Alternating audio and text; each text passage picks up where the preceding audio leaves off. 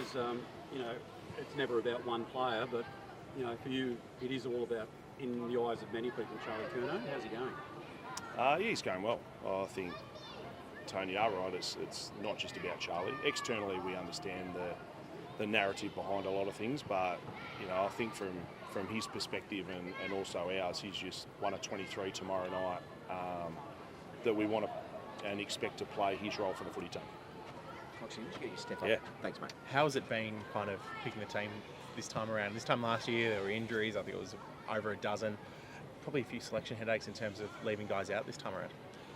Yeah, there have been. And I think that's what you want as a footy club, is you want to make ssure that your players are available. And we've got some kids that aren't available, but, for the majority of our squad, they've done a lot of pre-season, which is the first thing that we want to try and tick off. And, there are a few, and just get through today and then have a really good look at it again and name it, and away we go. That forward line, obviously, with Charlie there, the three other tools that kind of did the work over the last couple of years.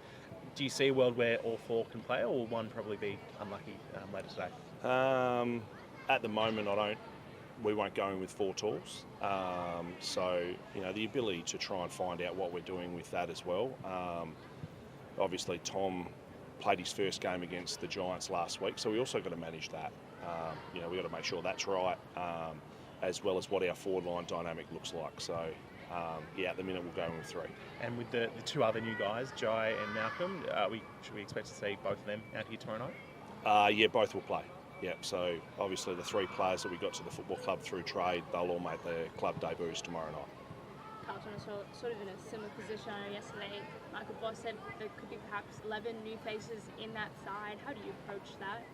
Yeah, I think one thing we do is look at what they've done for the pre-season games that they've played. They've played some great football, and they've played against the two grand final teams from last year and beaten both of them. So, I think that's something we've looked really heavily at, obviously with the new dynamic of the players that they've brought in and what roles that they play for that football team. We need to be aware of. We've presented that to the players, they understand it, and as much as we want to go out and try and do what we do, we spend a lot of time looking at the opposition. You talked about the external narratives. One of the external narratives going to Thursday is seeing Ollie and Will again. Have you addressed the players about the emotion about that reunion? The players will speak about that. I've experienced having a premiership captain leave and playing him the following year. It happens in every football team. It's just opening round, it's happening. So there's a bit more eyes on it. But, the players certainly understand, what Will and Ollie can do. They're now Carlton footballers, so we'll deal with that accordingly. Can even though it's such a big break between the last game and the first game, the momentum that you built up in the back half of last season, is that something that carries you through into this season at the start? I think we were certainly happy with the way we played towards the back end of last year. And I think what we did is spend a lot of the time over the summer working through the way we want to play this year. And we made tweaks and looked at some of the stuff we did at the back end of the year to adjust to what we need to do now. And, we've trained really hard over the summer about the way we want to play, and we just get our proper first hit out against it. And, at times that forward line, things will look a little clunky, but we're early in the year and we have a bigger picture at play that we'll eventually get to. Isaac made a bit of a comparison yesterday between Charlie and Buddy. Did you recoil a bit at that, or do you think that's unfair on Charlie? I think, without being disrespectful to Charlie, Lance sits in a league of his own. For me, I think he's one of the top 5 players ever to play the game. We understand what Charlie can do, but I draw maybe with the narrative around him playing the first game and the external noise is similar, but the way they play, they're different footballers.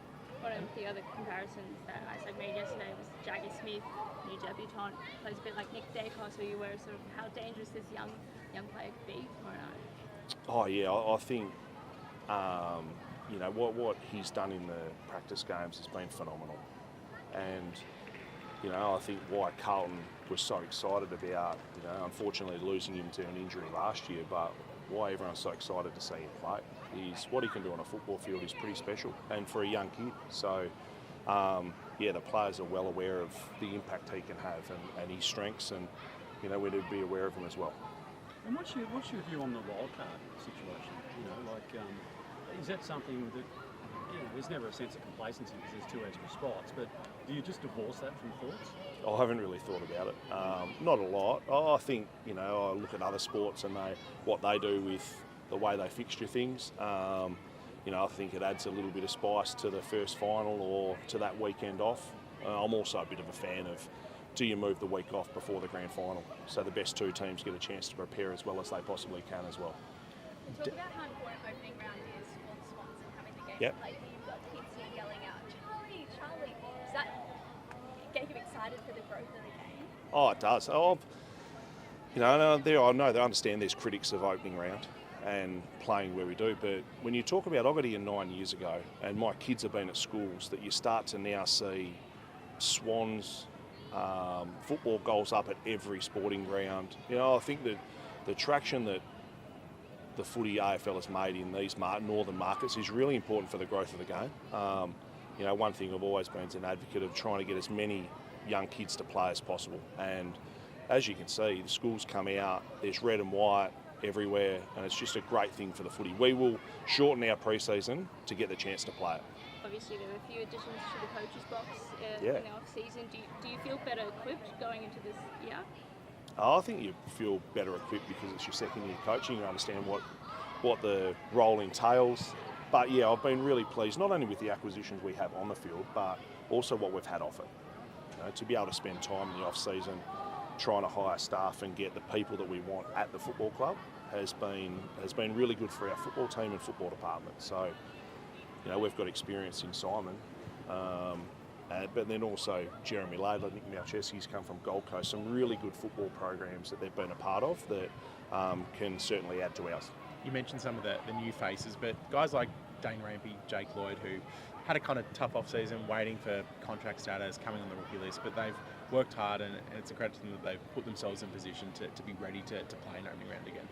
Yeah, for sure. You know, I think, and that's the part about through that whole period, we were open all the way through it with the players, with certainly those two, and then about the opportunity that they do present now. They've been unbelievable servants of the footy club, but then on top of that, they've worked extremely hard over the summer to put themselves in the best position to play this game. And, you know, as much as, you know, you want to try and breed some young players into your football team, some of these older guys deserve to play, and they are. That's why they're playing. Couple more, please. Now, to risk of you sort of walking off, what's more enjoyable for you personally, in the coach's box or in the stands watching the cricket? Yeah, it was a little interesting day. You can't sort of go anywhere and have 3 or 4 beers, so it's a little bit different. It's not as relaxing in there, but a lot more enjoyable when you get the job done. Given the health of the squad this year compared to last year, expectations feel as high as they really have ever felt at the Swans. Do you feel that, and how are you coping with it? Oh, I think, you know, certainly at the start of the year there are expectations from a whole pre-season, but we've got to action some of those expectations now. You know, I think to the playing group, it's about understanding we do have some talent on our list, and everyone's done a fair bit of the pre-season, but you know, we've got to get the work done now, and we've got to attack this season as well as we possibly can. And what happens will happen. There'll be bumps and different things you got to deal with along the way, and we'll make sure we do that. And have you got to the bottom of the Braden Campbell injury yet? No, not yet. No, so we're still working through the length of that and the severity and the timeline.